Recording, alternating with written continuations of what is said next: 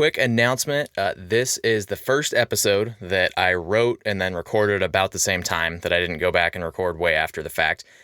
If you're listening to it first, I suggest you go back and listen to the other ones because there's some stuff that isn't in the writing that you might get some value from. But also, I want your feedback. Let me know how the podcast is. Let me know what you think. Let me know what you're getting out of it, because I love that kind of things. My favorite thing is when I write a Substack and somebody texts me whether they like it or not afterwards. So reach out, leave a comment, text me, email me, whatever you want to do. And with that, let's get into it. This season of life that I'm in right now, it's a strange one. It's the first time that I have responsibility, but it's not like a daily basis. The calendar doesn't have things every day. Rather, it's just like big things in short doses spread throughout the summer. I quite enjoy it so far. It's been interesting. It's allowed me to do things like this in the time where the calendar does not have something on it. And it's allowed me to live a lot of life in short amounts of time where the calendar is populated. So this is about a trip to New York I took. Hope you enjoy it. Let's get real.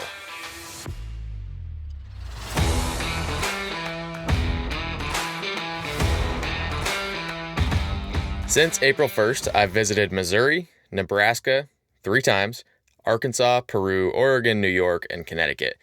This most recent adventure in the Northeast was with the National FFA organization. I'm a state officer programs facilitator, which means I get hired to facilitate trainings to state officer teams anywhere in the country. This last couple weeks, I was hired to facilitate 2 trainings in the same week with a free day in between. I was at home before these trainings. Maddie dropped me off at the airport around 4:30 in the morning, but before we said goodbye, she just noted how much life I've lived in the past few months. Gatherings, funerals, friends, family, hikes, runs, planes, buses, road trips, all the above. And her statement was obvious, but it really rang true in my mind. At the moment, there was exhaustion that made me question if that pace that I was living at was sustainable. Got on the plane anyway, kept on going, didn't have a choice. The first 3 days in New York were spent at this place called Camp Oswegatchie. It's a 1,200-acre property, and originally it was a logging camp in New York, upstate New York, middle of nowhere, about an hour from the Canadian border. But in 1946, this group of ag teachers got together, and they're like, we should purchase this and use it for an education space in the future. So they did. And today it's owned and operated by the New York FFA Leadership Training Foundation. On the drive into Oswegatchie, you go through this little town. They call them villages in New York, but it wasn't like a super, super small town called Krogan. And after you get out of Krogan a few miles, you turn into, farm ground, a lot of dairies.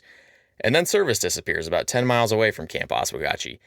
I got a moment of this technology withdrawal. It always happens. And then I got super excited because losing service, especially when you're in a beautiful place like upstate New York, going to work with high quality people, is a very good thing, as long as you aren't lost. When I pulled into the camp headquarters, I knew that it was going to be a stellar few days because there's this massive lakes everywhere, trails to walk and run on, untouched wilderness. It was absolutely gorgeous, green everywhere. It looked a lot like Western Oregon, but a little different because it wasn't so mountainous. I was just in general very excited, not only to work with the state officers and stuff, but especially to see where my feet could take me when I went exploring. So the next morning, I rose early, mowed down on a banana, laced up my running shoes, and just started running. Had no idea where I was going, had no plan to go a certain distance. I just ran down a main road, and then I took a left onto this ATV road, and then I took another left at a sign that said Long Pond Trail, and I followed the trail. It was great. It was softened by recent rain, covered in pine needles, super technical. The thing about trail running, and I'd never really done it in this capacity until I was at Oswegatchie, is it takes a lot of acute focus. When you're running on a road, you can pretty much go and let your body's, natural muscle memory of running do its work. But when you're on trails, you have to pay attention to every foot strike to make sure you don't roll an ankle or trip or anything like that. It really makes the time go fast. When I got to the end of the trail, looked at my watch and it said 2.1 miles. I would have guessed it was maybe a half a mile. And I was just stoked. I'd gone that whole time, not exhausted, excited to keep going. So I turned around and ran all the way back to camp. And this run was very powerful in my mind state. I was still tired when I woke up. I was excited. But after this run, it was go time. I was ready for whatever the week threw at me. Training New York State Officer Team was awesome. I originally wasn't supposed to go to this training. I wasn't scheduled or, I didn't have it on my calendar. It just came up because the other person couldn't do it, and I took it. Very glad I did it because fantastic experience.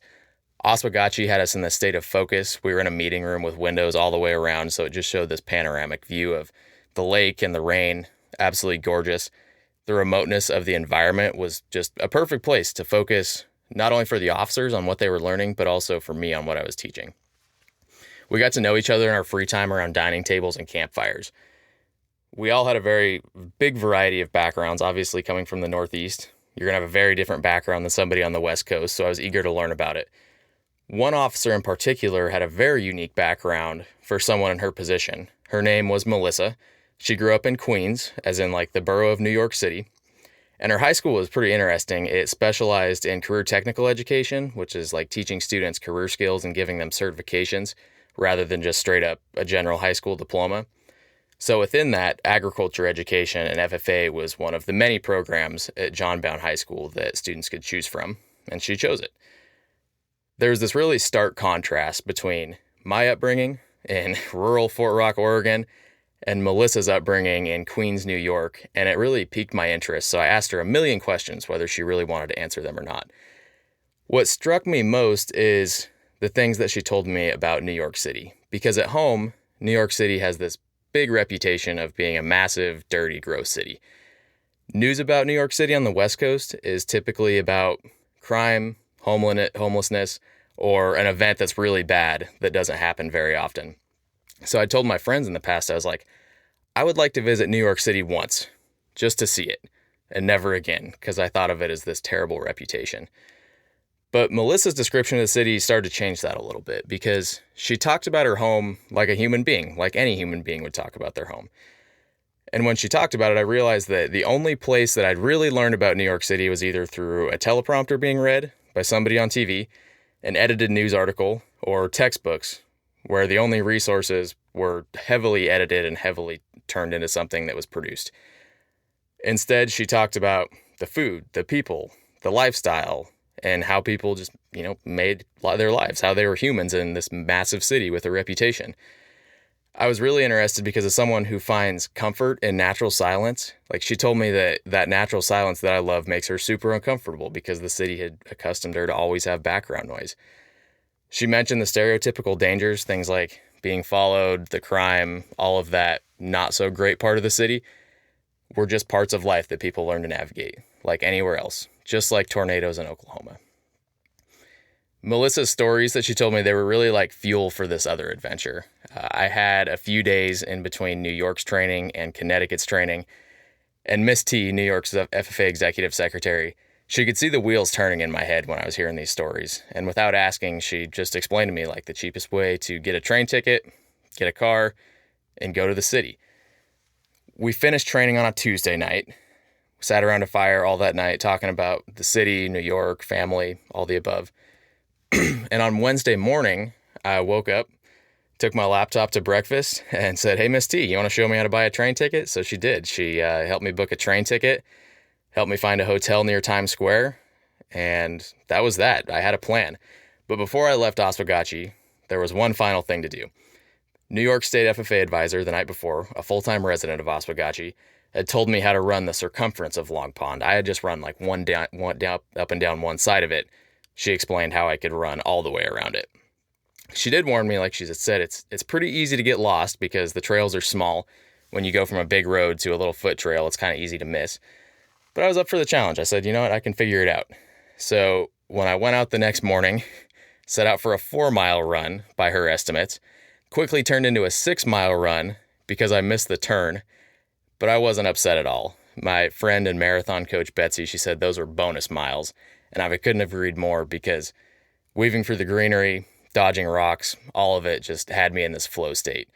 When I got done with my 6 miles, I had such a runner's high that I sprinted, full out sprinted, probably the last quarter mile of it. That night in my journal, I wrote, running on soft new trails through beautiful woods among lakes and rivers is indescribable. The novelty of the trail makes the run engaging. The softness of the earth makes it enjoyable. The scenery induces soft fascination, which distracts from heavy breathing. The whole experience made me want to drop everything, move to New York, and train for an ultramarathon. And those were true words, such a state of connection. I absolutely loved it. When I finished the run, said my goodbyes, got a quick shower, and hit the road for a town called Croton on the Hudson. When I got there, parked my rental car, walked to the train station, and waited for my train to arrive. This was all a new experience. I'd never even ridden a train before like that. While I was waiting, I called my dad, told him my plans, and he was understandably concerned, like any parent would be if their son was visiting this city with this reputation on their own. But I told him I'd be fine. Train came, I got on, and we followed the Hudson River all the way to New York City. As you get close to the city, the tracks go from being like right alongside the river to down in a tunnel. So it was dark for about the last 10 minutes. And I realized in this darkness, like my first look at New York City wasn't going to be, through the window of the train. It wasn't going to be like a gradual buildings getting taller and taller until you're in the middle of it. Like it was going to be from underground to the top of the escalator, and I was going to be there. And that's exactly what happened. I got off the train, made my way to an escalator, got to the top, and got my first look. It felt alien. Imagine you're driving next to a tree orchard on the interstate. If you've ever driven along Interstate 84 in Oregon, you know what I'm talking about with some orchards up there. When you go by the straight rows of trees, you get this glimpse of exposed earth between the plants, and it looks endless because you're traveling so fast. Like, for one, you don't have time to see the end, but also the canopy of the orchard kind of makes it seem like a tunnel that doesn't end.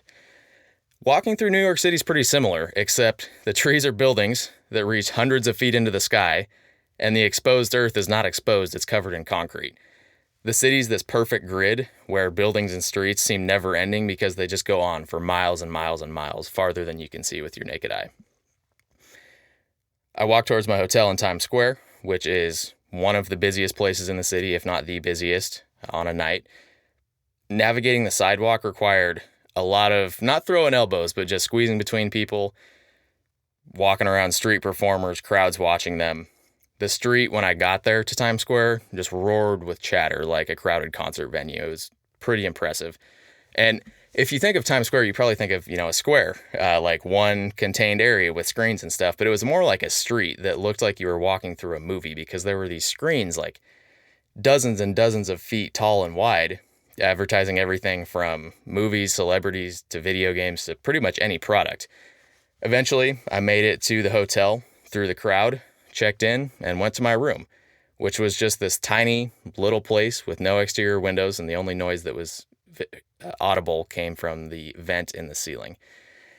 When I got in my room, this weird thing happened. The silence that reached my ears was the first silence I heard in a few hours. And I realized that walk through Times Square, about a mile through the city, was totally overwhelming. My brain was just running with thoughts that weren't super relevant, and I was kind of in this state of fight or flight. Like I knew I was safe, but I couldn't really break this cycle.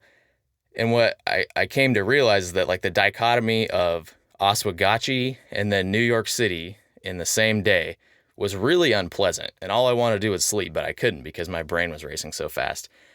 I just kept having this thought like, was Dad right to be concerned? Like, should I have come here on my own? So I finally fell asleep, but the next morning I had to do a lot of thinking. I considered the circumstances, and I realized I had one shot to see the city. That shot was going to be gone at 4 p.m. when my train left. Nearly every attraction on my bucket list that I wanted to see that day was in a 4-mile radius, and my Whoop band told me that I had an 87% recovery score somehow. No matter how off-putting or uncomfortable the city felt after the walk the night before, I would have been a total idiot to do anything but see where my feet could take me. So I mustered up some courage, checked my bag with the hotel worker downstairs, and just left the hotel. I went to a bagel shop on 7th Avenue, had the best bagel with lox that you could ever imagine. New York City bakery items are very different in a good way. They're delicious. Once I got done with my bagel, I went to the Empire State Building, which is the top ranked attraction in America. And when you think about the Empire State Building, you've probably seen like the photos from the observation deck and stuff, but it's actually a lot more than that. When you go in, you go to the elevators, they take you about halfway up, and you walk through a museum area. It tells the story of how the Empire State Building was built in 1931. It's kind of a symbol because it was completed during the Great Depression, but it was also the tallest building in the world at the time. They tell you about its history up until the present. And then they take you up to the 102nd floor viewing room, or the 86th floor. When I got there, I just made a circle. I wanted to see every angle of the city. To the south, you could see the One World Trade Center, which stood tall and mighty. To the north was Central Park, which was really unique because it was just this massive space of what looked like it was untouched. Like, obviously, it's engineered, but it just sprawled across a huge area in the middle of skyscrapers. And skyscrapers covered every other square inch of land as far as the eye could see. It was beautiful in its own way. And what I mean by that is beauty is kind of like the spectrum with two ends. On one end, you hold the natural, untouched beauty. And then on the other end, you hold the beauty of what humans can create. Just this perfection of the Empire State Building as an ideal piece of engineering, which coexists with the chaos of 10 million people living in the same place. In 24 hours, I had been totally immersed in both extremes. I just thought, man, what a life. After I was done at the Empire State Building, instead of taking the subway, I decided I was going to walk about 4 miles through the city to the September 11th Museum and Memorial. An auto-guided tour with audio. I had a headphone deal that they gave me, walked me through every detail of the attacks, big and small. And as I walked, I just realized, like, I was one of the very few people standing amidst the history of that terrible day who wasn't alive for it, whether I was a baby or not. Like, I just wasn't around yet. It's a few years away from being around. And despite that, the memorial did this thing where it made the tragedy feel very real. You saw videos of the towers coming down. You heard through those headphones stories of people who were there.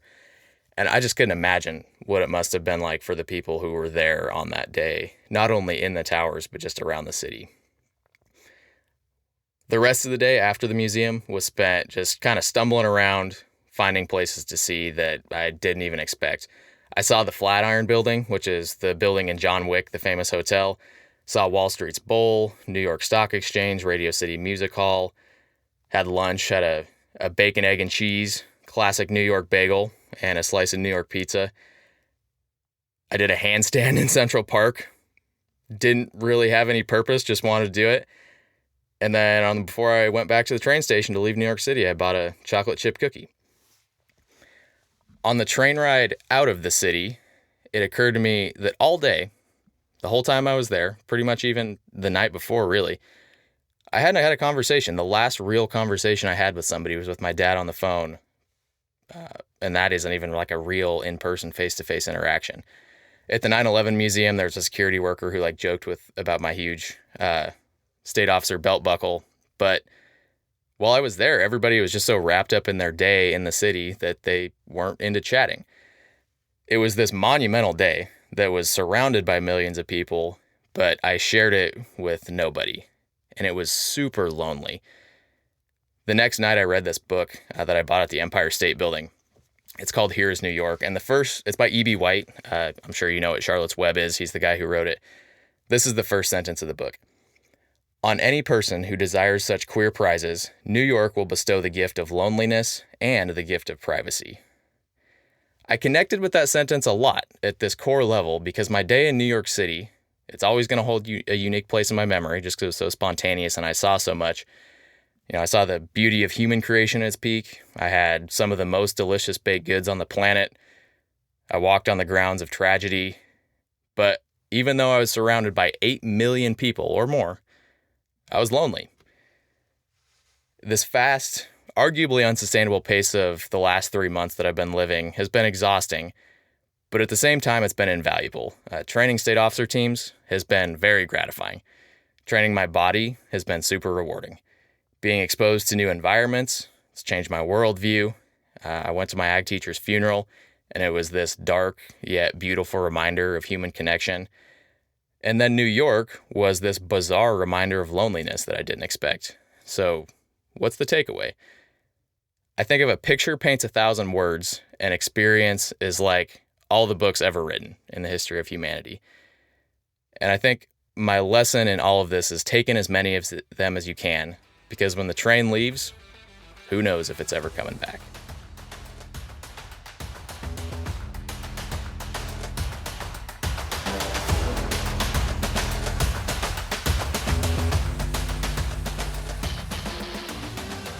When I got back to Stillwater from this week, I was beyond exhausted. The idea of not having anything to do for a few days It was delectable, like sounded great.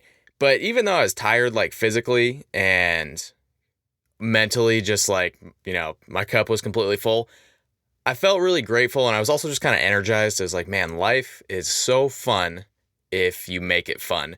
And that's what this trip to New York City specifically, but also just like taking on New York's training to be able to go up there for a little longer. Like that's all what this has done.